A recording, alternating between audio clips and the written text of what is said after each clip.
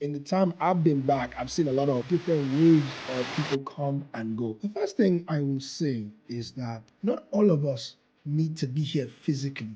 Something I have learned building businesses, Nigeria builds some of the most resilient business managers in the world. Let's take iFitness, for example. iFitness, we saw it when it only had 5 locations. People were like, fitness business in Nigeria. We saw it, we backed it. I heard you guys sold for $12 million. Yeah, there are different numbers out there. When we entered, they had 2,300 subscribers. When we exited, they had 27,000 subscribers. Just go and do your mathematics. What's your investment thesis on Africa? One of my thesis is sachetize quality stuff for people. Everybody wants a piece of the good life, no matter how small it is. If you can sachetize a good car experience, Nigerians will buy it. How can entrepreneurs make themselves investor ready? One of the things I would tell entrepreneurs is,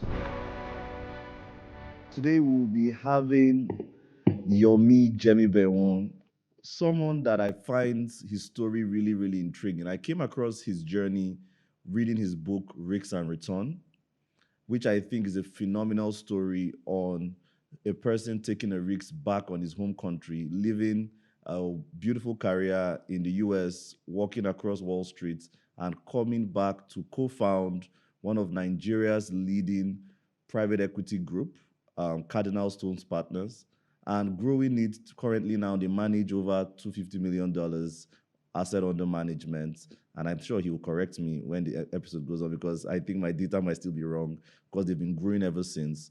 And he and his founders are African focused, helping African small, medium businesses scale, achieve growth and scale.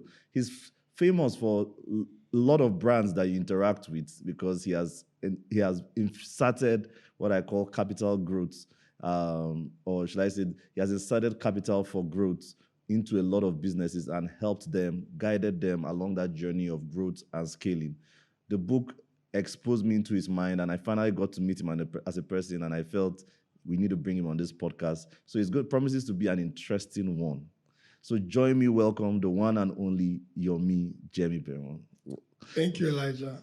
Thank you so much for making it here today. I really am honored to be here. You speak so highly of me. I really appreciate it.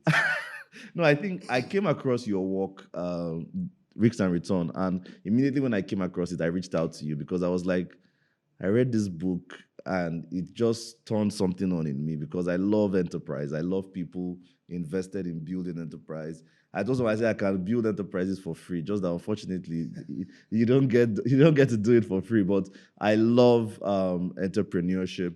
So, but I think one of the things that drew me to your journey was the fact that you began your career. You left Nigeria for better education in the United States, and then you went. I mean, you had an engineering background. We're going to navigate that, and then you went for an MBA, and you had a good career in Wall Street. But then you returned back to Nigeria to actually build something.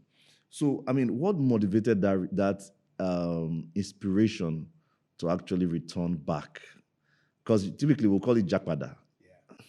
So yeah, thanks for asking. You know, you put it so eloquently and it sounds so beautiful. But the truth is, I was miserable on Wall Street. I think, and people were like, I think at the time, it seemed like a dream job, right? It seemed like everything I had worked for. I had just finished my MBA at a top MBA program. At the time, I was earning 6 figures in New York, a beautiful city. Yeah, I love New York. Yeah, I loved it. It's one of my best cities, and I was basically my girlfriend, who became my fiance at the time, was in that city. So it should have been one of the best times in my life. But for the first time in my life, I felt I was a little bit depressed. I was working really hard, but working really hard was not the problem, because I've always worked hard. I did not feel connected to what I was doing. I did not feel I could be myself. To be honest, I was tired of speaking phone. I was tired of acting. I felt I was acting. Like, I like to be blunt. I like to be able to speak straight. But if you're familiar with corporate America or the corporate West, typically we find that we, sometimes, some of us at least, Black people, we have to kind of present ourselves in a certain way when we go out. Yeah, wearing a mask. And I just got tired of it. And you know what's interesting, at that time I had been living in the US for about 13, 14 years. For the first time, I think before I had a very clear career path. I felt I wanted to make manager and then go into a private equity firm. But for the first time, I felt I was not happy in my skin. So I actually started a personal reflection. And I saw that, I've always said I'm this, everybody meets me and they're like, Yomi is a proud Nigerian. He's always saying he's going to go back home. But I said to myself, when am I going to go back? Like, I keep on building my resume. You know what? I have all these good degrees. I had an undergrad and a master's in engineering. I had a 3-year experience with Motorola, then an MBA at Wharton. Now Bain. I'm like, okay, I'm building all these accolades. Why do you build a parachute if you never jump? So for the first time in my life, I'm like, you know what? I'm so miserable right now. There's no better time to jump. But to be honest, I was scared as well, right? Because I hadn't lived in Nigeria in any part of my adult life. And in the 13 years I had been gone, I had only visited maybe 3-4 times, and it was always like a short vacation. So I really didn't know how to live in Nigeria. But it was clear to me that I needed to give it a shot. And I was ready to basically make sacrifices to give it a shot. The biggest thing I needed to align with was my fiancée at the time. Like, hey, was she going to be supportive? But to be honest, it wasn't this altruistic, I'm going to change Africa or Nigeria. It was, I wanted to find myself. I wasn't happy, and I felt there was no better time to take a risk and move back home. So there was something in you that just felt unfulfilled, and you felt you needed to do it back in Africa. Clearly. I mean, I always felt my purpose was at home, but I was trying to build up to the point where I felt I was ready. I didn't think I was ready, just to be clear, but I knew that I just didn't feel fulfilled and I wasn't happy, and I was like, maybe I could find my happiness and myself back home. And how's that journey been so far? It's been better than I could have ever imagined. It's been fraught with challenges, uncertainties. My first 3 years back, coming back, joining a firm, trying to figure out what is my own thing back home, who is my tribe, who are my partners, starting a journey, market collapsing, not sure you're going to survive. But what has happened in the course of the journey is I found my purpose. Like, so let me stop at that and let you ask more questions. It's been very fulfilling. 16 years, right? It's now 17 years. 17 years. Yeah, it's going to be 18 soon since I've been back. Whoa. Yeah. And moved back 2007. 2007 years. That's 17 years. Yeah. 2007 till now. That's a while to have returned. Do you what I mean, some people will argue that it was a different reality back then. So most people that might be watching this might also be considering returning or coming back. But there are lots of negative news. Were there still those kind of conflicting news during that period while you were trying to return? I'll be very positive. I returned at a time where there was a lot of positive news and there was a lot of positive growth going on. In fact, I was even scared I was going to miss it, right? It was when it was Obasanjo government, there had been debt restructuring, telecoms was booming, capital markets were booming. There was a lot of positive energy. In fact, at the time, I think currency was 120. Yeah, 120, right? And a lot of sectors were able to match international level compensation. So let's not get it twisted. It was a very, very positive time. Mm-hmm. But you have to understand that positive time there was a lot of what they call jackpada at that time. But right at 2008, I mean, if you remember 2008, there was a global meltdown. Initially, those of us in Nigeria it kind of affect Nigeria.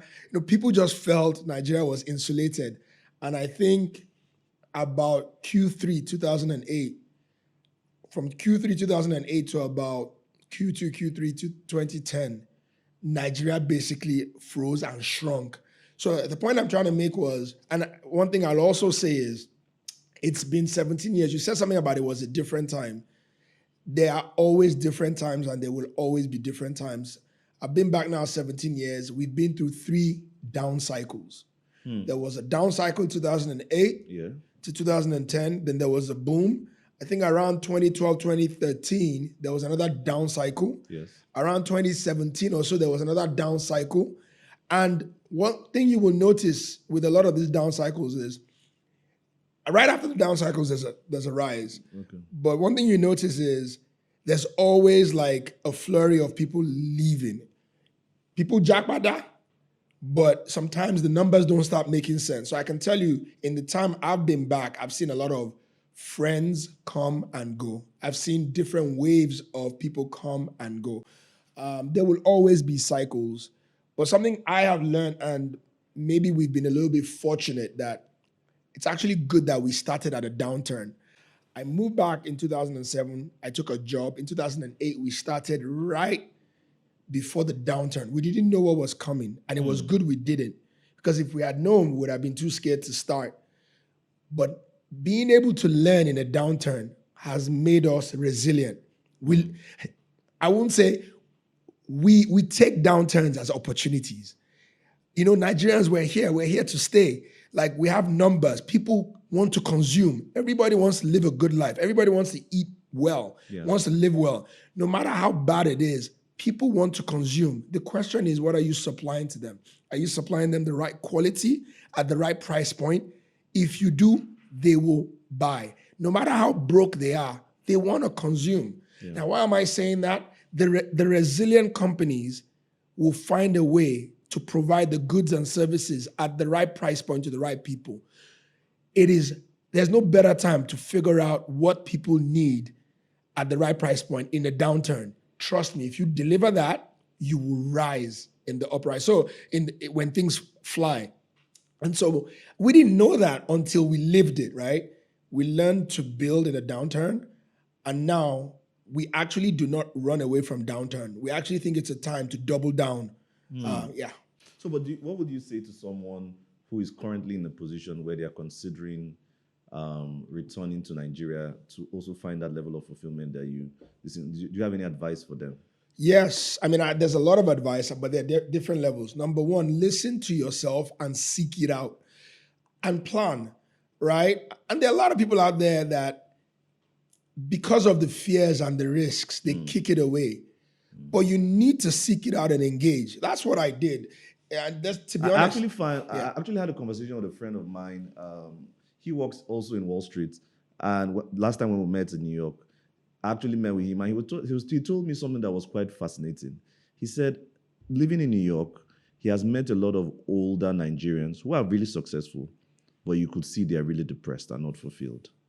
That all of them talk about the time of going back to Nigeria, but some of these guys are now like in their 70s and late 60s, 70s, 80s, and they kind of have that sense of wanting to still return. So let's assume my friend also too has that thing going on in him. He's young, but he has that thing going on in him. How should he approach it? Look, the first thing I will say is that returning can be done in different ways. Okay. I actually think we all have different roles to play in participating and developing home. Not all of us need to be here physically. Okay. 100% of the time.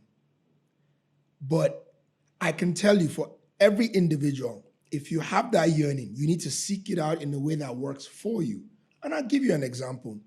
If you have a wife or a partner that is in the healthcare space that's doing really great in America, it's really tough to compel her or him to come back with you, because the disparity in the healthcare pay here and there is so huge. And the cost of getting that education there is high, that they probably owe a lot of money.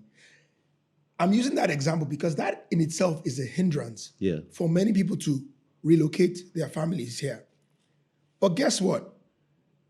One of the things that COVID taught the world is remote working. I'll give you an example, and people say, for me now, people laugh because I jackpot, but my wife is American, as you know. Yeah. My wife and kids, last year, I relocated my family to America because my daughter is now time for high school. I work half the time from Texas building African corporations, right? And I have partners who collaborate with me that are Nigerians in America, Nigerians in other parts of the world, right? I'm using this example to say, seek out your involvement in Africa. I can tell you part of the reason why some of those people that are there are depressed. They're probably making a lot of money. Yeah, they are. They're probably living very comfortable lives, but sometimes that life is boring and cyclical and doesn't have fulfillment, or it's quite shallow. There's something I felt from day one when I came here, even when we were broke and we were not sure we could survive. When I'm in Akure on the streets, trying to think about developing a granite quarry and seeing the impact that setting up the granite quarry had for a woman and her daughter who came to sell food to the workers. You really feel connected to the impact, and you see your impact here. That's something that even my wife, who's American, she said it, like you feel more fulfilled. You feel like you're having more impact. I'm not saying impact in the altruistic way. That is part of what's missing. Also, there's so much unpredictability here. Let me say the sky is the limit. Here, there's no limit.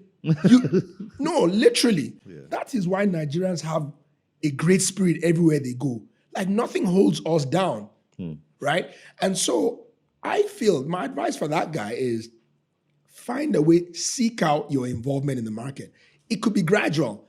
It could be, don't just come back for Christmas and, is it Dirty December or December, whatever.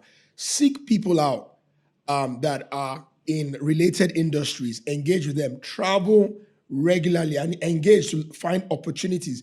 You could start by actually collaborating from the US, stuff that will bring you. I have a friend now that he's on 1 or 2 boards. Here, he's in Oregon, that's where he works, but he's on 1 or 2 boards. He feels more fulfilled in the healthcare space in Nigeria.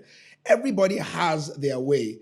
And then let me go back to the example I gave about the partner. You have a healthcare partner. Some healthcare people come here once or twice a year and they go on they pick an industry or sector where they come and give back. They participate. They know that. And that's what keeps them, they look forward to that annually. That keeps them fulfilled. So I say to people, we all can find a way to jabada, but it doesn't all have to be 100% on the ground. On the ground, yeah. But I can tell you, each of us, there's something we lose when we just stay there and we're not connected and just linking back to either that childhood or there's an energy here, right? And so, and not everybody feels it, but if you feel it, seek it out. So my friend actually taught me a term. He calls it oikophilio. And it's actually a term for, I never knew that word existed. It was when I was in New York, he told me, and actually means the love for home. And he says that apparently he was explaining it that's like that feeling, like there's still that home in you that still needs, if you don't give back there, no matter how outwardly successful you are, you still lack that fulfillment. But then my next question is, what do you think is the Nigerian, or should I say the African opportunity? Because one of the things that I would say is that how do you balance your optimism for Africa's potential with the challenges that currently exist within it? There's an opportunity. We all say Africa next, Africa now. I mean, there are all conversations, but then it's not without challenges. So how have you been able to balance the African opportunity? And do you think there are any opportunities that are available here that you think are unique to us that will not be available elsewhere? Besides the fact that, I mean, you spoke about the fact of the altruistic impacts, but besides the altruistic impact or fulfillment that one might get by investing back home, is there a business opportunity? Is there really optimism? And how do you navigate that with? I'm extremely optimistic. I mean, first of all, you can't be an entrepreneur if you're not optimistic. Let's start with that. Yeah. And if you're an entrepreneur that has had some level of success, your optimism grows. And so I define myself as I've been fortunate that I've had some failures and challenges, But on average, I think we've had more success in our journey. And so that allows us to be more optimistic. First of all, so there are different levels to the question you ask. One thing that has become very clear to me is the biggest value in Africa. And I'll qualify this from what I've seen. And I think the world is just realizing it. People they always talk about natural resources. They always talk about the number, the count of people. It's actually more than the count. It's actually the talent. Especially when I talk about Nigeria, our energy, our talent, our doggedness. What COVID showed us, and I'll give you part of the example, when you see what happened with the Jackpot drive.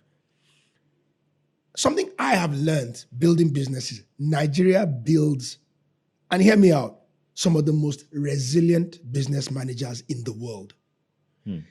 And I think COVID allowed people to recognize and appreciate that. Here,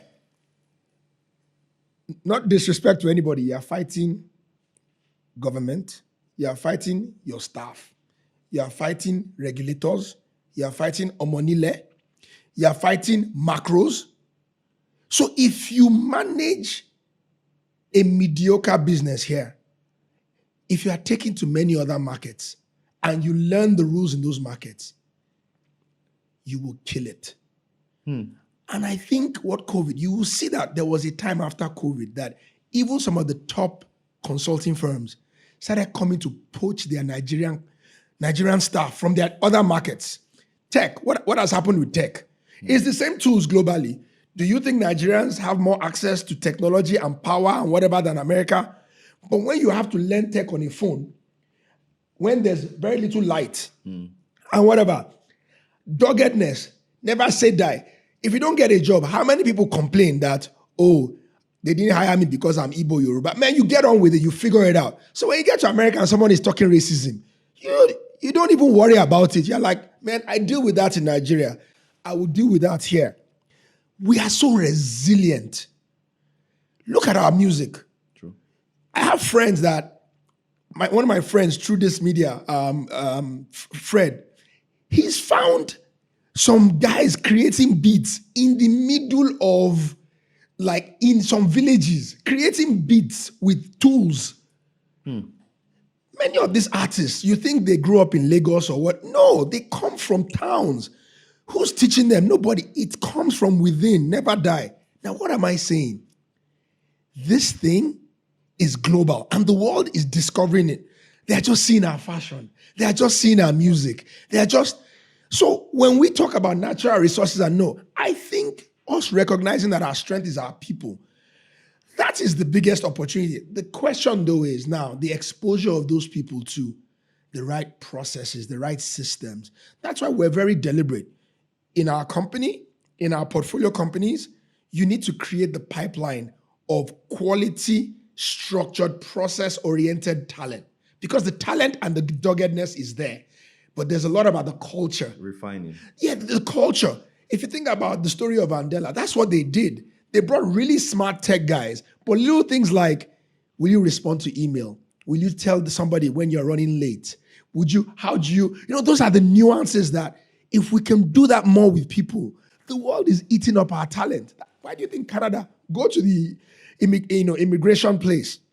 They're taking our people because we have dogged people. How do we harness that? That's the biggest opportunity. What's interesting is as we are growing and scaling here, we're being creative and thoughtful about how do we make Jackpot even value to us. I'll tell you, Jackpot, I actually don't fight Jackpot because most Nigerians that go there support 4 or 5 people here. 1, 2, right? Let them go and see how it's done in the world. Even if only 20% of them come back, it's a gain to us. Let them go learn and come back with skills that they could not have acquired here, right? But those that are there, we can also collaborate with them. So for me, let's stop crying about Jackpot. Let's use it to our advantage. So, but how do you navigate that optimism with the challenges? Like, do you see it, considering you starting a business in Africa, like, do you see the alphas coming out? How do you How are you navigating? There are many ways we're navigating that. Number one, the first thing I said is we're very jealous and very protective about the culture we're building in our firm. I give you an example. I'm very proud of. I always talk about many of our staff, some of which came from villages. They worked with us. They graduated good schools. They went through our program. They worked with us 4 to 6 years. On the back of that, they got into some of the top business schools in the world: Harvard, Wharton, Columbia, and they excelled there. And they joined global firms. Guess what? A number of things. Some of them are coming back and collaborating with us. On one hand, we do not shy away from people coming, developing, and moving on because it's actually a gain. Yeah. But in terms of navigating, we're very jealous about our process, our culture within Cardinal Stone and within all our portfolio companies. Beyond that, we're jealous about the standards that we operate at. I don't want to convince anybody in the world to choose Nigeria, but if you choose Nigeria, I want you to be very confident that you have a potential partner here that can deliver world standard quality to you in engagement. If you see an alumni of one of my organizations, I want you to feel like you can operate with them at global standards. And you know what happens when that happens? More opportunities open to Africa, to Africans. And that's what we build on, right? So alpha, yes, we're getting alpha. Are there some challenges? Are there some setbacks? Are there some failures? Yes, but guess what? Once you repeatedly deliver on your promises, you get better at refining your promises, promising what you think you can deliver. When you don't think you can deliver, going back and engaging to say, hey, I think I'm going to fall short. Do you know what kind of respect you get? I tell you what I tell people. You don't always have to outperform. Just do what you say you would do. And in this market, I will come back to you over and over because that is not common. So if you establish yourself in this market as the reliable person that I can take your word, I'm always going to reach out to you. So let me that's what we do. From reading the book, right? I mean, Yeah. Cardinal Stone has grown. Tell me, where are you guys right now? You spoke about companies, group of companies. So it's interesting. Funny enough, we just did a board meeting and a projection. Look, a number of things. We're careful. We're careful about focusing on the financials, right? But as a company today, or as a group of companies today, Cardinal Stone as an organization, I think employs a little bit under 300 professionals. Whoa. Across, you can help me out, across maybe 8 different core financial services asset management entities, right? We have an asset management company. We have an investment banking unit within the holdco. We have a pensions company. We have a trust company. We have the leading. You have a pensions company? Yeah, we just acquired that Okay. this year. We have the leading securities company, securities trading company in the country. We have a financing company, and then we have a private equity company. I've counted 7. I hope I didn't miss any. Yeah. Now, that is the financial services. But it started out just as the private equity. No, it actually started out as an advisory firm, Cardinal Stone Cardinal Partners. Stone Partners, yeah. Private equity spun out of that, and a lot of the units came out of that. And some of them we developed in-house, some of them we acquired, right? Then we have real sector businesses. We have a cassava plantation and processing business. So these are part of your portfolio companies, though. This is now part of the portfolio company of the private equity. Private equity, yeah. We are stakeholders in a marine vessel business. We have a granite quarry business. We have a document storage and digitizing business. 3 of these businesses we incubated from scratch, right? So more like a venture studio within. We basically developed and we ran these businesses. Like that's actually how we started, and that evolved into private equity.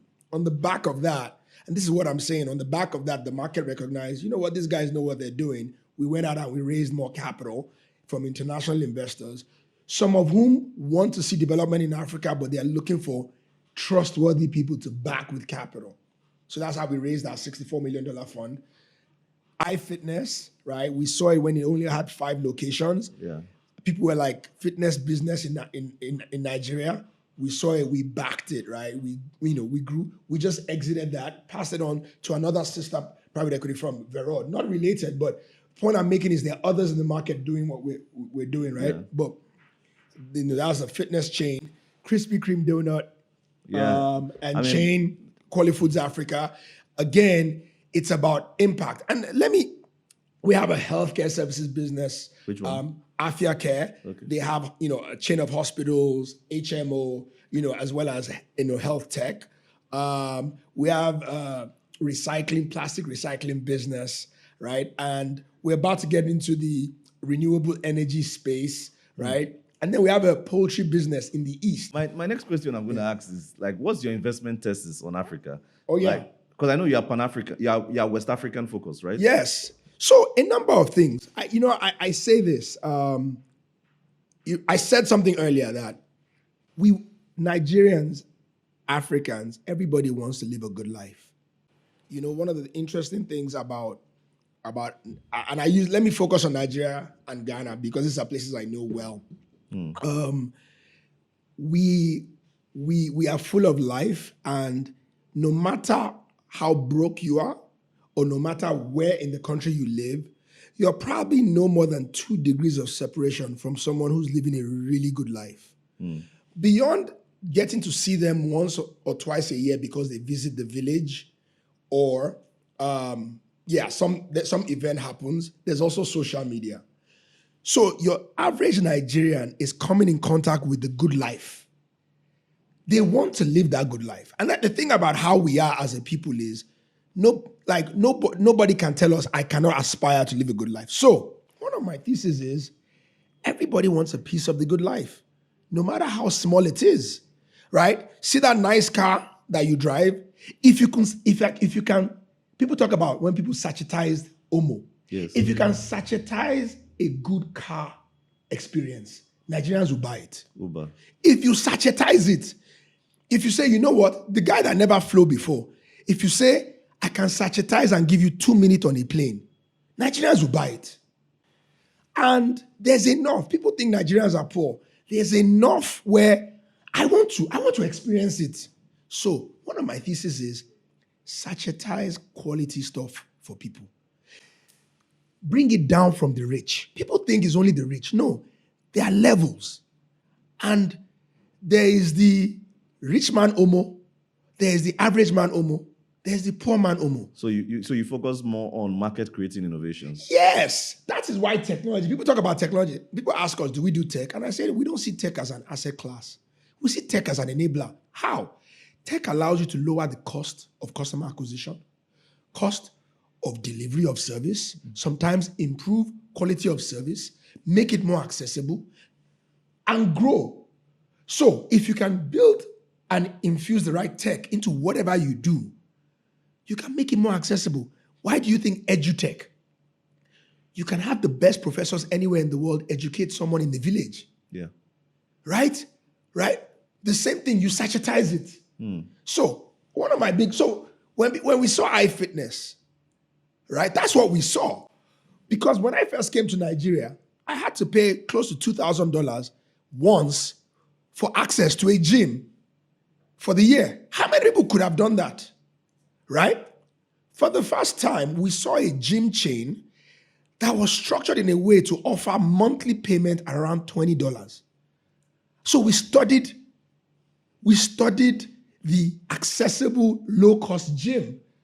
And we supported and we worked with Folusho of iFitness to say, how do we help you scale this very quickly? So more Nigerians can access gym. But more importantly, people see iFitness as a gym and healthcare. It's a lifestyle. If you live in Lagos, the big boys have Ikoyi Club, Polo Club, whatever. What does the average guy have where they go and socialize after work? So that is what it's created in a way, but in a healthy format. It's a social club that allows healthy living.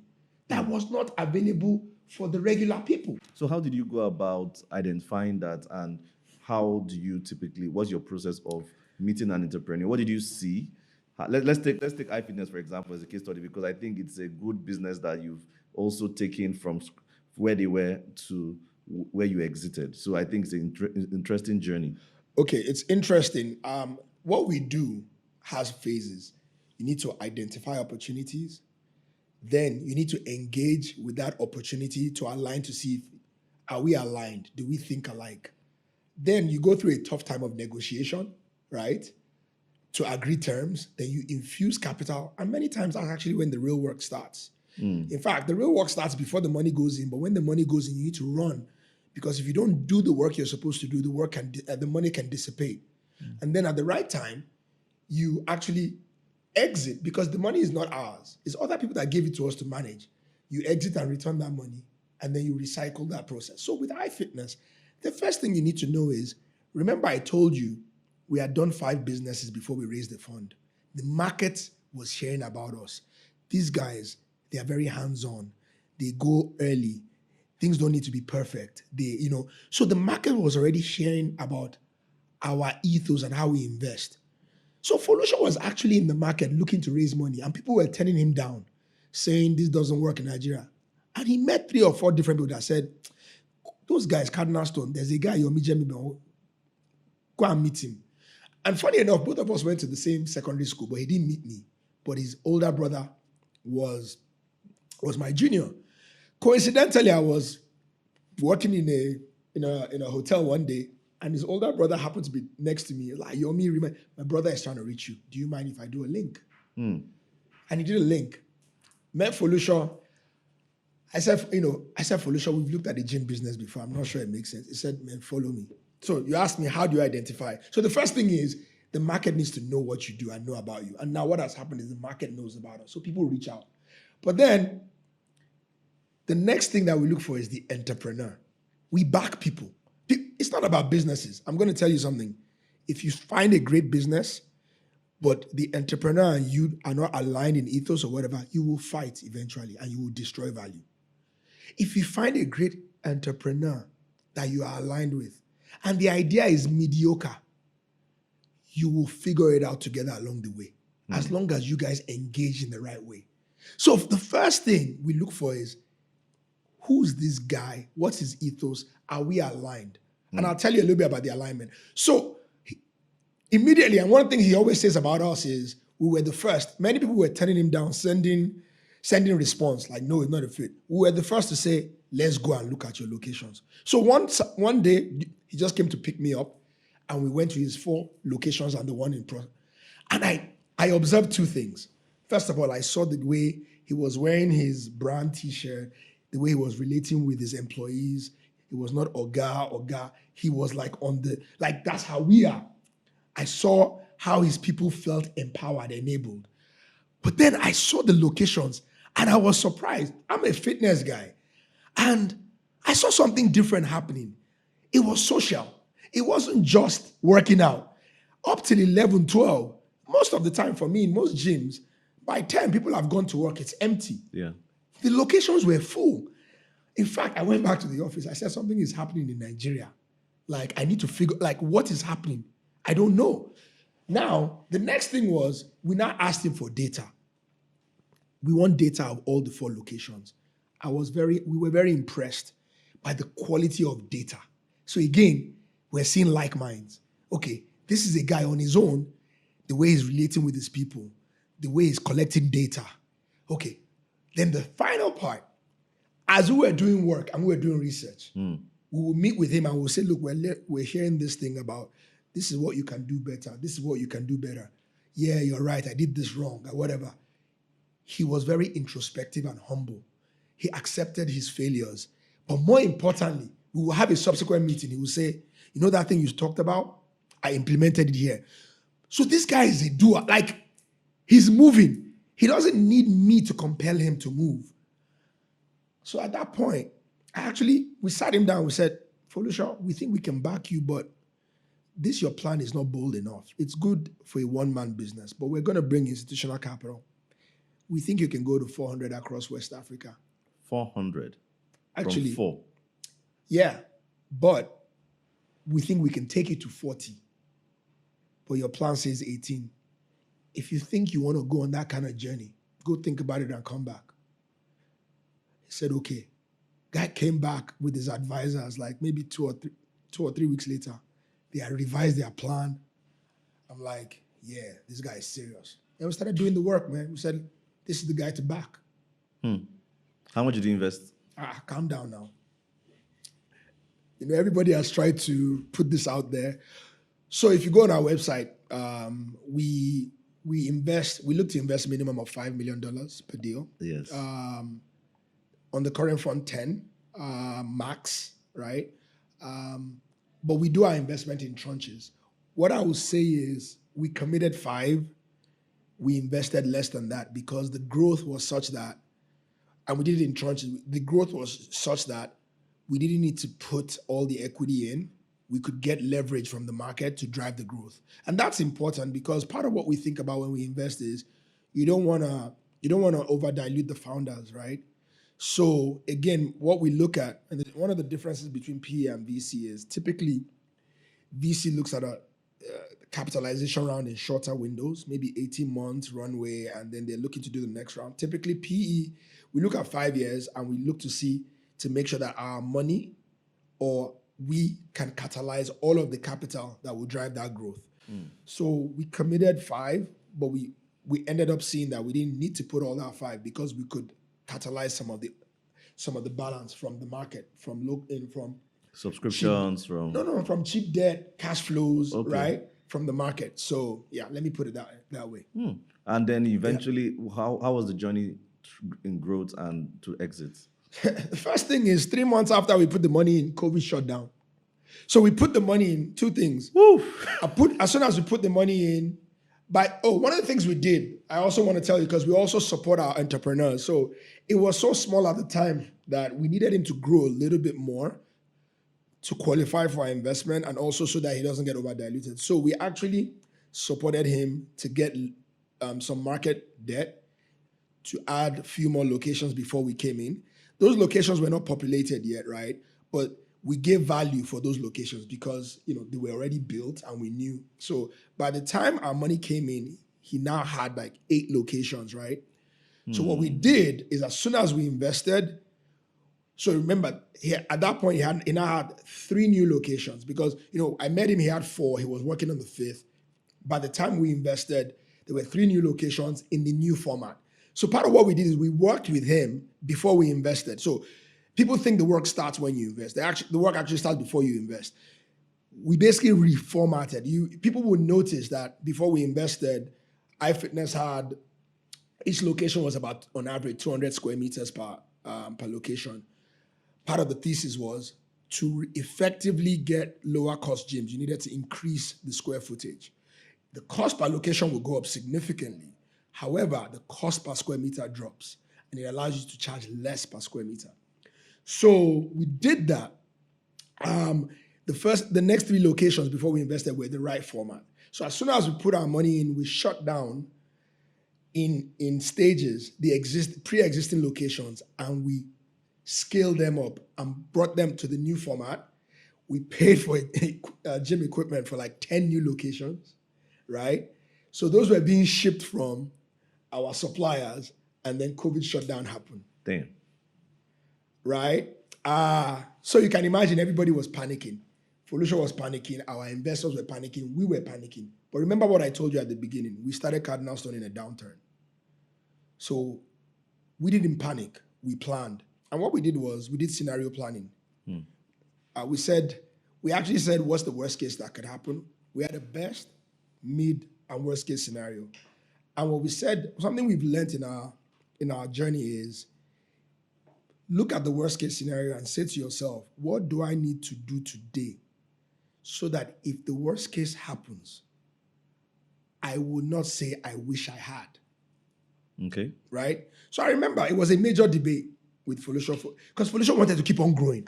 He just collected equity. We're like, dude, initially, first of all, we shut down even before government forced everybody to shut down because our investors are development finance institutions. They require to uphold a certain standard. And we were like, Felicia, we need to shut down. The world is shutting down. Like, so we shut down. It was a tough conversation. But more importantly, even when things could start back up, there was a lot around, okay, what do we do with staff? Furlough, right? So we faced how to stop and shrink OPEX, stop all CAPEX. One of the things we've learned in a downturn, stop spending what you don't need to spend. Just stop.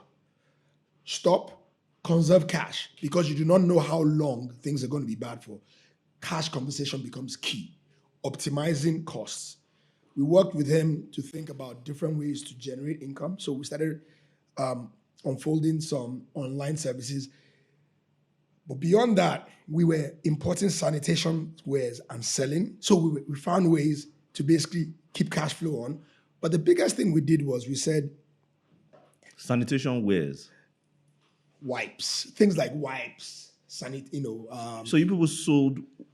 Yeah, we had to find ways. Again, Cardinal Stone, when we started and the market was down, we became landlords. We worked for free. We learned to survive. You need to survive in a downturn. That's what you need to focus on. Stay alive, survive in a downturn.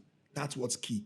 And so because we had that experience, that's what we said, conserve cash, stop. Because for example, there was a debate of, let's keep on building these locations. We said, no, keep that cash. Cash in the bank, runway, right? So we kept cash in the bank. Remember, we had 10 gym equipment on the way.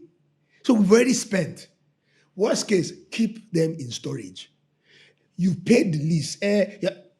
People can't go in there anyway. You've paid. Oh, new locations. Don't pay for any new location we've not paid for. So it was cash conservation. But guess what? One of the things we did, and I'll tell you one of the great things, we said, we will not reinitiate expansion initiate. Now, mind you, equipment for 10 gyms sitting down waiting. And you had only some new locations. No, remember, they had 8. But remember that the 5 existing ones, we started doing renovation work to expand them. Yes. So we said, stop the renovation work. You can imagine as an entrepreneur, as an owner, you wouldn't want that now. But we, the investors, we engaged as a board. Like, look, this is the right thing to do. So it was a tough decision. And we all aligned, conserve cash. But what we said was, okay, for some areas, some of those locations that are close to completion, complete them. And what we said was, whenever COVID reopening happens, we will not reinitiate expansion until pre-existing locations get to 50% of the revenue that they were generating pre-COVID. By month 2, they got to 120% pre-COVID levels. Damn. Now, do you think anybody else at that time was going to put money in gyms? No. We invested in a downturn. We didn't know this was coming. So what seemed like a curse became a blessing. Because that's when people began to care about their health. Not only that, going to the gym. There was nobody else that was going to put money in a gym. Because we were seeing the numbers. The world wasn't seeing the numbers. We were seeing that our gyms were full. People wanted to get out. It wasn't just about health. People were tired of being crammed at home. And guess what? Because it's a low-cost gym, the big boys had bought dumbbells in their house, treadmills, those that could afford it. The regular guy can't afford that. So the regular guys, the expensive gyms were still empty. But the iFitness were packed. So we just started, boom. So we put the next tranche of money in. Ordered more gym locations. So that's the story. Let me know. So how many locations did you finally end at before you? So we got to... Did you get 40? No. We got to 21 locations, but we achieved our numbers that we planned for 40 with only 21 locations. Whoa. And guess what? When COVID happened, we actually extended. We thought we were going to have to stay in the investment 1 year longer. We exited 1 year ahead of our plan. Think about it. We're only in iFitness for 4 years, 6 months of which COVID shut down. So it was really 3.5 years. I won't lie. I'm going to say something and you could choose not to answer. Yeah. I heard you guys sold for $12 million. That sounds interesting. That was an answer. That's an answer. Yeah, that's an answer. Okay, fair enough. Look, let me say this, man. I mean, I read this off somewhere. Though. Yeah. There are different numbers out there. In all respects, iFitness is a model. It's a model story. We're very proud of it. Today, we're still great friends with Folusha, the founder. Let's talk about the numbers, right? When we met this company, in fact, when we invested, they only had about 23,000 subscribers. They had 23,000. No, 2,300 subscribers. Okay. When we exited, they had 27,000. So go and do your math. Just go and do your mathematics. I mean, everybody knows their monthly. No, just go and do your So you can do your mathematics. math. When we entered, they had 2,300 subscribers. When we exited, they had 27,000 subscribers. And by the way, people think the income in that place is only the gym, whatever. Every day you go there, people are buying gloves. People are buying juice. They are buying water. They are buying supplements. So just people the mathematicians should do their math. I mean, but to be sincere, I must say that when you first told me about your investment in iFitness, I felt like, are you mad? No, our investors said, are we mad? Okay, That's the work we do. That's what we were trained to do. Because I think that changed the narrative. Because I mean, now I see other gym chains trying to come up, but I still don't see anyone really playing at an iFitness level. The thing about a gym chain, operating 4 locations is not the same thing as operating 30 locations. Not only operating 30 locations, but operating 30 locations while you are adding 5 annually. It's a system. I did not think. I want you to know that it's a system, not gym. There's a lot that went into the thinking of the system of. By the way, what you are not thinking about is each gym has about 20 personal trainers. Where is the personal training industry in Nigeria where we are going to hire from? You have to develop them.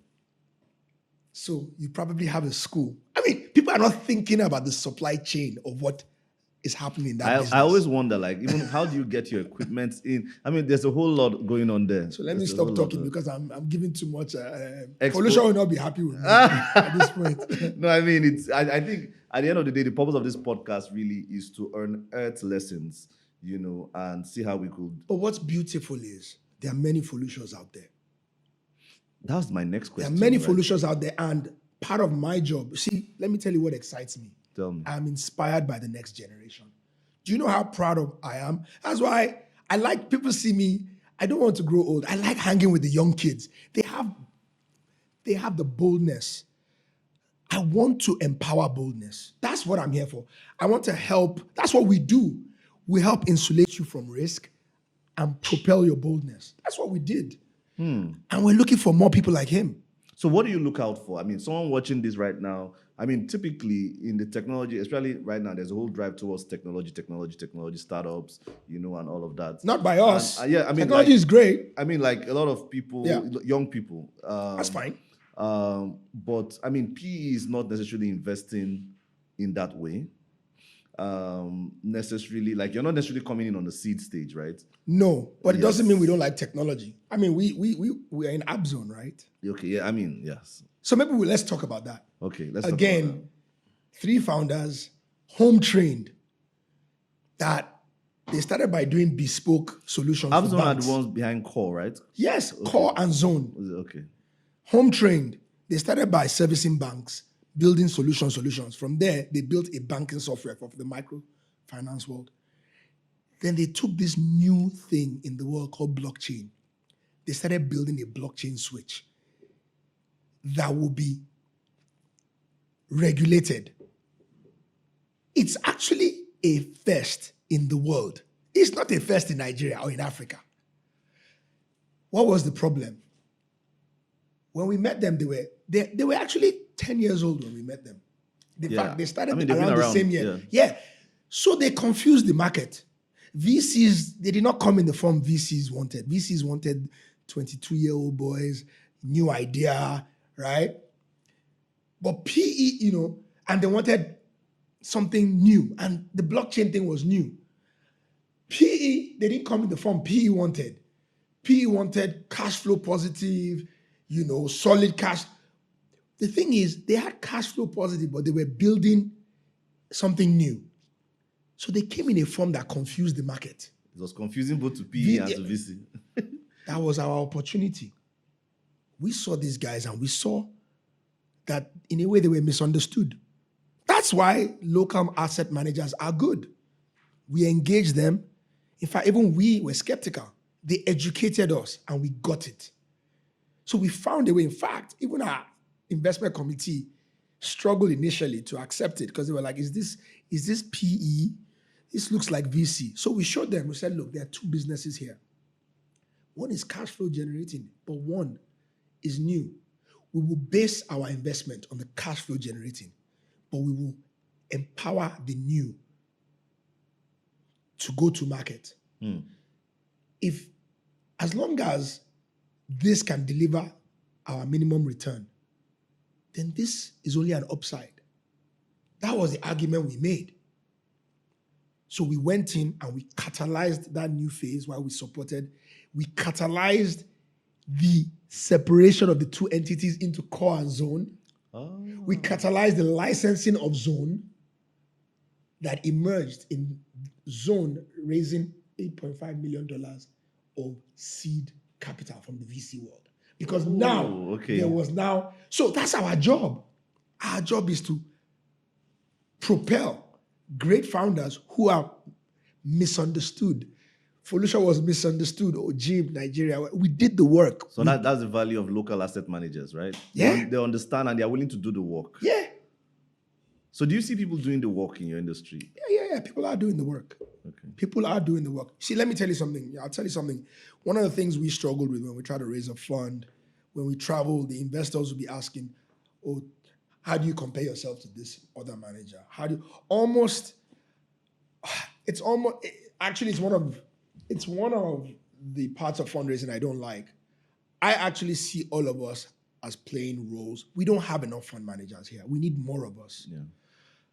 And we are complementary, And the way I like to respond is saying what we like to do and how we do it. And more importantly, I like to talk about how we collaborate. I'll give you an example. I just told you that we achieved our objectives with half the locations that we wanted to do, and we saw a lot more growth. One of the mistakes asset managers make is they want to take all the value in a deal. Okay, then why will the next guy come in? So when we went through the process, part of what we were able to show Verod is there's a lot of growth on the table, but we actually think it's good for another local manager who can work with Felucia the way we worked with him to drive that next phase of growth instead of a strategic that will come and kick him to the side. So we were able to find another local manager that does the work at another part. It's a spectrum. The work we do is in a spectrum. They are the VC guys. So what we see is there needs to be more collaboration between VC and PE, between PE and PE, between advisors.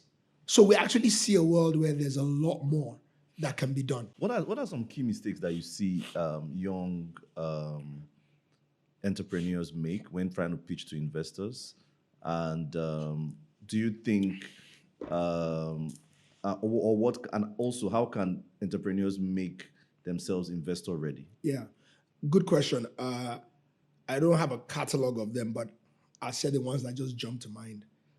One of the things I would tell entrepreneurs is,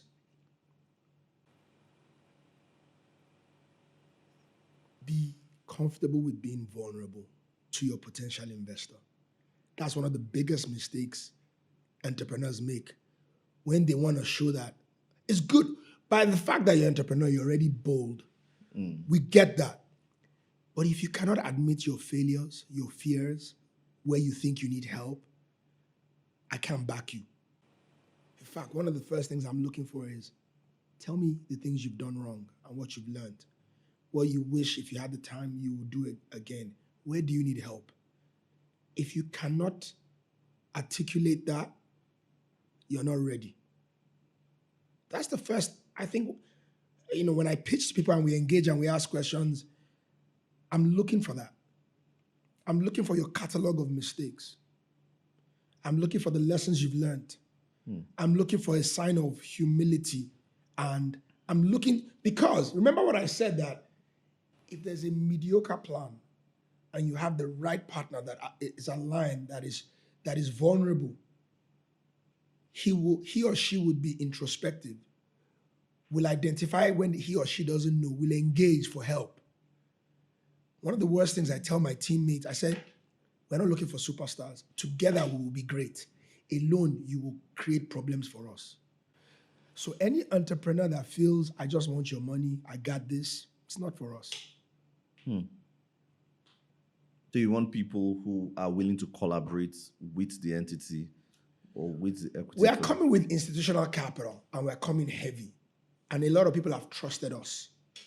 We need to know that you will listen, you will be vulnerable, we can engage. You will not just decide without aligning with us. And if we don't agree, you will do your best to bring us along. If we feel you just want to run on your own, then, by the way, there are other investors that might back you. And who don't necessarily operate that way. Yeah, well, everybody plays a different role. We know how we operate. We're here to do the hard work with you, right? And so we meet some business, we're like, man, you've outgrown us, right? There's some businesses that we're like, you know what? I think we're right for you. The question is, what's your philosophy? This is our philosophy. Can you live by that? So it's about the people first. One of the major conversations right now in Africa is around exits, like, right? How we've not had enough sufficient exits that people would be able to be excited to come invest more in the market, and get their money out. How are you navigating that? Also looking at the fact that most of the funds that are being used within the market are not necessarily local funds. Yeah. They are typically done in USD, and there's a whole macros that you're dealing with to. Yeah. I'll get to the last. I'll get to that. Let's park that. Okay. For us, I just came back from a retreat and someone said something, the analogy that a private equity professional when you enter a cinema by the fact that he or she, the first thing the person does before they sit down is look at where's the exit. No, that's it. Every deal we do, exit starts before. In fact, let me use iFitness for example. First thing we did was we said, what's going on in the fitness space? Are there acquisitions in the space? Are there investors and operators that are acquisitive? But were there any when you? Yes. You see, it's because we're in Africa and we're in Nigeria, okay, and there are no gym were there chains. any in Nigeria? No, but okay. Therein lied the opportunity. Tell me, if you think Africa in any industry, what are the top 3 countries that countries that would come to mind in Africa, sub-Saharan Africa or Africa? What are they? Nigeria, Kenya, Ghana. See, Nigeria was the first one you said. Everybody that says they want to conquer the world, if you're not thinking Africa, then they are not ready to conquer the world. Trust me, in most industries, if anyone is thinking Africa, they're either thinking North Africa, South Africa, or West Africa. And there's no way they can think West Africa without thinking Nigeria. So the first thing we look for is what's going on in the fitness space globally? And are there things happening in emerging markets? Once you start seeing emerging market activity, then it's likely that they want to come to Africa, but there's nothing in Africa. So if you create the world standard guy in Africa, trust me, someone is going to come and look for you. That's all I have to tell you. In anything, people want to take Africa, but many times it doesn't exist. And guess what? See, these are the gaps and the opportunities for Africans, right? But many companies do not want to come and create it in Africa because it's tough to create. You need to deal with government, omonile, people, scratch. They don't want to do that. So guess what? If you create the world standard entity in Africa, you're going to make yourself attractive. 1. 2, even if they don't come for you, if you make sure it generates good cash, there's actually a lot of local money that is looking for investable assets. Remember, we started as an asset management firm. Yeah. There are many rich people and cash-rich institutions. They are just looking for credible entities that generate cash and pay dividends to put money into. There are not enough that exist. So, first thing is we saw a lot of activity in the fitness space globally and in emerging markets. And then we saw that the best deals were happening in the low-cost gym because they're actually the most profitable. And so our thesis was, let's create the first acquisition target for global brands out of Africa or out of West Africa. But guess what? I actually think iFitness, the way it's going, can on its own be an acquiring brand rather than people come and acquire it. Like from other markets. It can go and acquire in other markets. That's really impressive for what you guys have built together with Felicia. I mean, and do you see yourself exiting? I mean, beyond that, is that your favorite exit? Like, that's our first exit, but we've partially exited from AppZone as well. See? Again, we look at, it's about structuring as well. It's how you structure, right? People think it's just in and out at the end. No, you structure different instruments. I mean, but there are other industries that you are into that I've seen. Like in the book, you mentioned maritime. Yeah. You mentioned. But remember, those businesses, are they?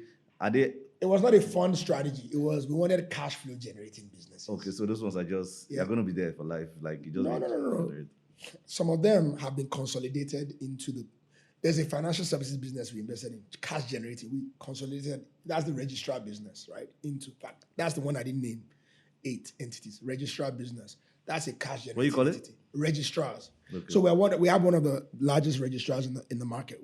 So basically we manage the shares and stocks of some of the biggest publicly traded institutions. So their dividends and everything. The Granite Quarry, we've done a structured exit in a way where we did a JV with a Chinese company to take over operations, and we just now earn revenue. Yeah, a percentage of the revenue. So we don't run it anymore. We've done a long year lease, and part of that is because the land asset is very valuable. Let them run it, take down all the rocks. Eventually, we're probably gonna sell that land for value. So right now we're not running it anymore. So it's a structured exit for the cash. So we get the cash flow in the parent company. Funny enough, Aquamarine is one that... Yeah, Aquamarine was something you mentioned in the book. No, Aquamarine, I went to run Aquamarine as the MD for 3 years, right? But the oil and gas company, so that's one where it's been an extended stay, but we basically were engaging with the company actually. Which one? Aquamarine, in terms of the parent company is running it, right? So far, we're in the process of talking about, a process of exit. So we'll see that. So what are some bad behavior that you see from entrepreneurs that they should stop? I mean, in the story, in the book, you gave a very exceptional story, like of somebody that wanted to run you guys 30. Look, that was, luckily for us, that was an early lesson. And that lesson actually is what guided our investment philosophy, right? Look, let me not put it all on entrepreneurs. Let's start. First of all, they are bad actors and they are good actors. I will actually say that, there's bad behavior of what do you do with money, right? And how do you act? However, if you manage institutional capital, I have to be honest that I actually think there's been some irresponsibility even in the investor world over the last couple of years that is being corrected. And I think people got carried away with the whole VC hubris, right? Conducting VC here almost like the same way it's conducted in other markets. But let me not even say the same way, because you see, when you come to Africa, you need to recognize that the ecosystem is not as developed as Silicon Valley, for example. Why does Silicon Valley thrive? You have within an ecosystem educational institutions that attracts tech and business people that work together on projects, collaborate, and many times are funded by institutions, right?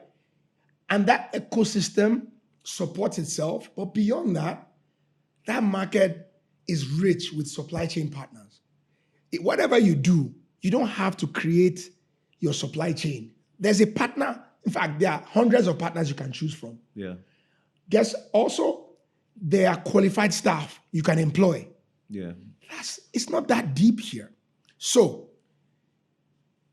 when you see a 20-something-year-old entrepreneur that has never worked in a structured institution, but has a bright idea, you take him to go and learn how to pitch and sell his dream.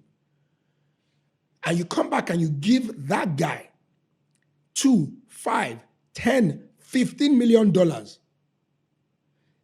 But you do not put around him the infrastructure to show him that this is how you approve spending. This is your salary. These are the structures within which approvals are done. You can't do this without this. He's never lived that before. So he's going to learn on your money. He's going to make mistakes on your money. So you can imagine. And you have that experience. You should have put it there. Yes. But they come and they just, oh, that's a really sharp guy. He's smart. He's gonna take us to the moon. And then, because there's something about the model of 5 of us are co-investing together. Yeah. So I put some money, you put some money. So, okay, who's doing the work?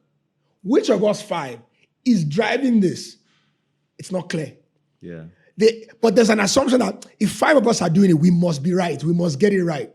Yes. Because there's no way we can get it wrong. But then there's the work that needs to be done. But who's doing it? So I've been shocked by the controls I've seen in some of these funded companies with young entrepreneurs that have never actually run in those shoes. They've been funded. Oh, where's the boy? Oh, no, the founder is the champ. This 20-something-year-old guy is the chairman of the board of all these old people. Who approves this? Oh, where's the delegation of authority metrics? It doesn't exist. Or on what basis who is firing? Who doesn't? Really? Wow. So I actually think the investment ecosystem itself has been irresponsible to a certain degree.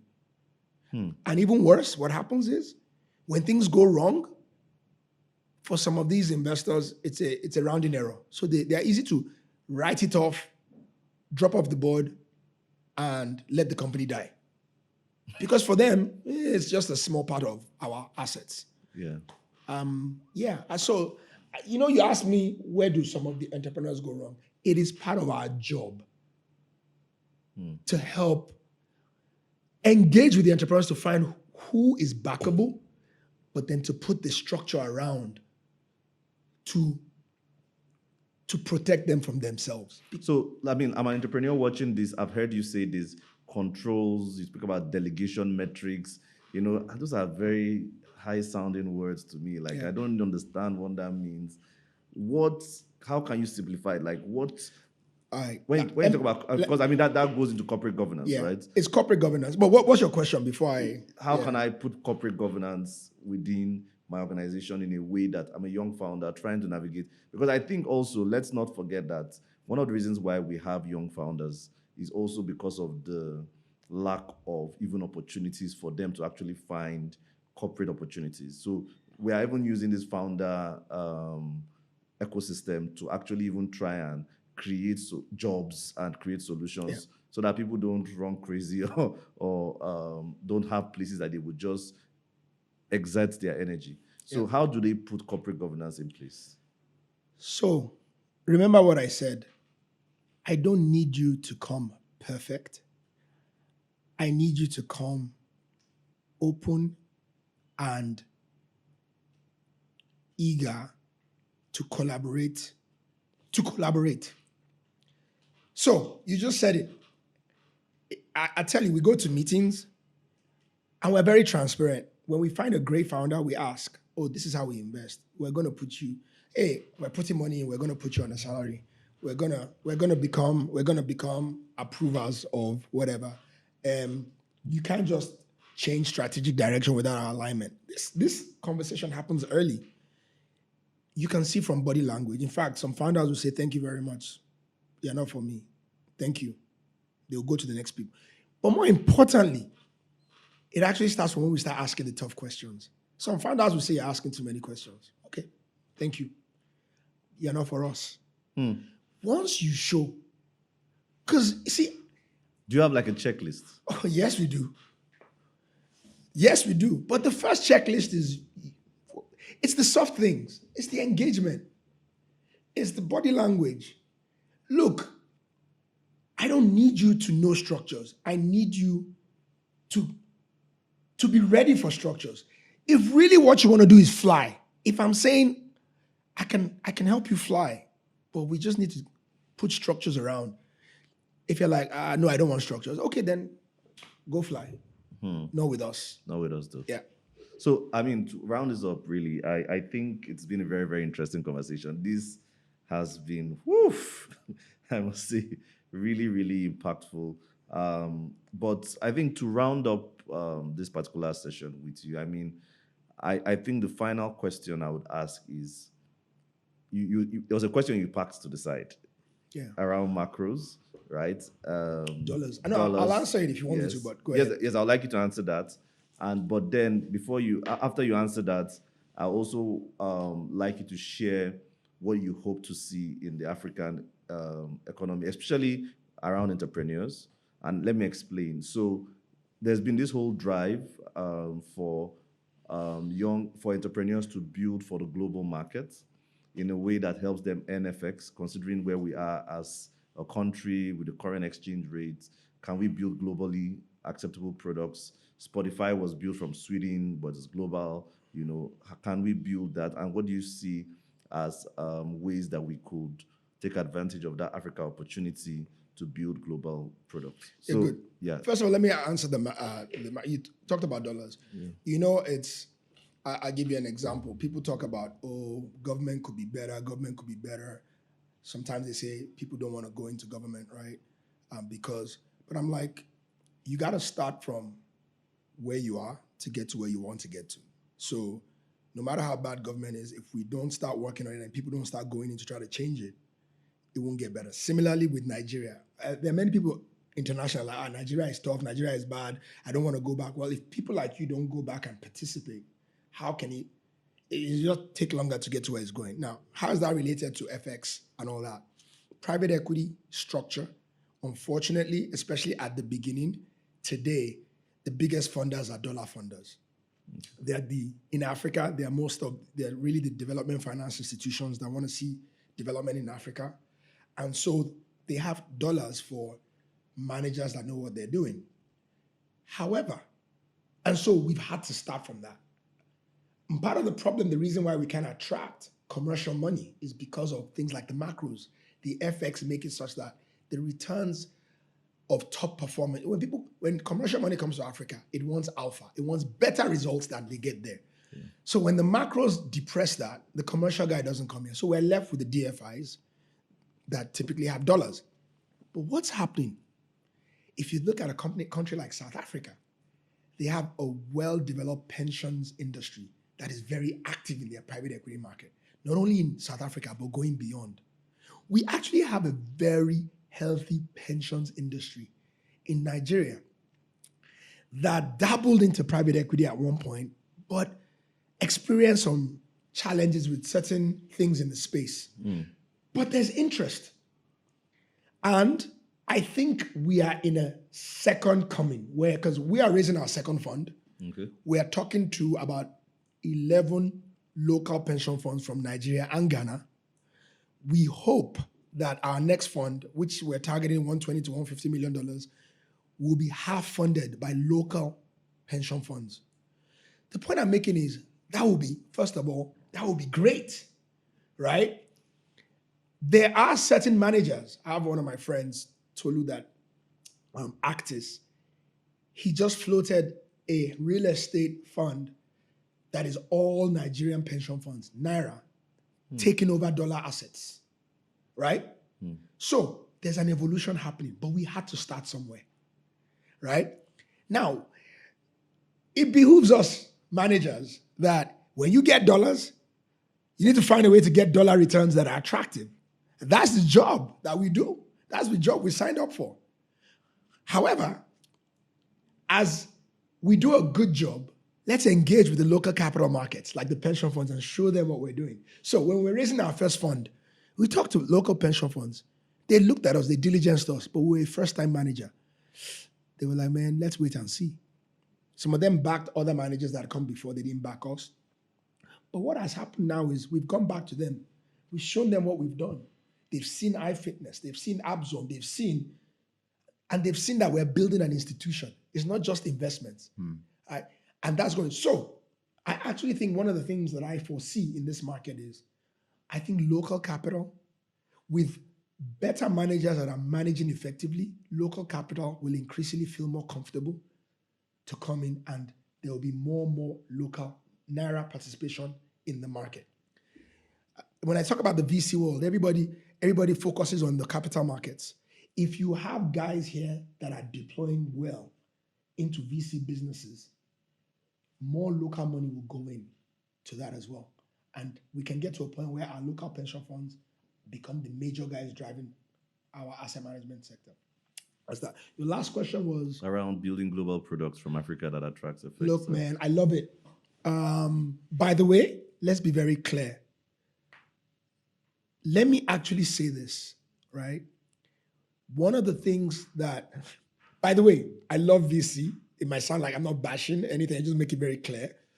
But one of the things that was a little bit concerning for me in the last couple of years with the VC rise, when you meet an entrepreneur and I'm hearing about, I want to build a unicorn, I want to build a unicorn, I want to build a unicorn. Let me be blunt. It is difficult. In fact, let me say it, near impossible. It's not impossible because we've seen it, but I'll use the word near impossible to build a unicorn, a consistent unicorn out of Africa. Please don't fight me. All I have to say is devaluation, right? You build it today, it drops tomorrow, right? But let me tell you why I say that. Remember, I was in America for 13, 14 years. I worked at Bain. We did a lot of private equity due diligence work. In the American market, I saw VC operate where you're taking a company worth $10 million and you're selling it at $100 million or at $80 million. And people are feeling happy. That is in America. So why must our Africans shoot for unicorn for happiness or success?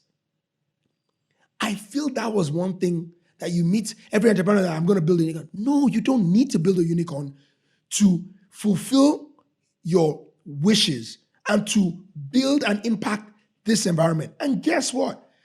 Next thing I'm going to say is entrepreneurship in many cases in stages. You can take a $2 million business, take it to 8 million, sell, you bank some money, come again. Then you do a $10 million business, take it to 30, bank some money, or exit. Do your next one. Many entrepreneurs in that market, they do multiple things. Where I'm going is, first of all, I do not think you need to build for the global market to basically do great entrepreneurship. However, if you can build for the international market, even better. There is so much that you can do within your ecosystem because what you don't have, you can't give. And many times, you can innovate within your space or within what you experience. That's what I'll say to people. Innovate within your space. If your space is global, then you can innovate globally. But yeah, innovation might need to start locally to transition globally. But don't feel it must be global to fulfill your wishes. And I think that's a fallacy that we've been sold. I think that's phenomenal. And I mean, recently I saw what Move did. I don't know if you saw them. Move, they recently did a partnership. I think that's one company that has scaled globally right now. They're in Middle East. They partnered with Waymo in Miami. It's quite impressive, really, what I saw them build. And I think I was quite excited to see that because they're a tech-enabled business. Yeah. And there's a lot of financing going on in the back end there, getting cars for people and all that. So I think this makes a whole lot of sense. I think we must not borrow the Western ideology and just try to impose it on ourselves, creating so much pressure to say, I want to build a unicorn, when really you're actually building a successful business here, nonetheless, and they are still making good returns for your investors, and you are still able to make profits and live the lifestyle you want, and maybe transition to your next gig and your next business and still be impactful across Africa. Fantastic. Yomi, thank you so much. I really do appreciate your time. My pleasure. And I know that this has been a very, very exciting episode. To know more about the work Yomi does, just check the comment section. His company's websites will be there. Check out Cardinal Stone and the great work they are doing in impacting Africa. And I look forward to catching you in the next episode. If you enjoyed this, please ensure to share, like, comment. If there are more questions you feel I should have asked Yomi, let me know. I mean, I might get him to do a Q&A on another day, maybe virtually, about the questions you might have. But this was really, really educational. This was really, really transformative. And I look forward to hearing your own testimonies too from listening to this episode. Do have a wonderful day. Catch you on the next.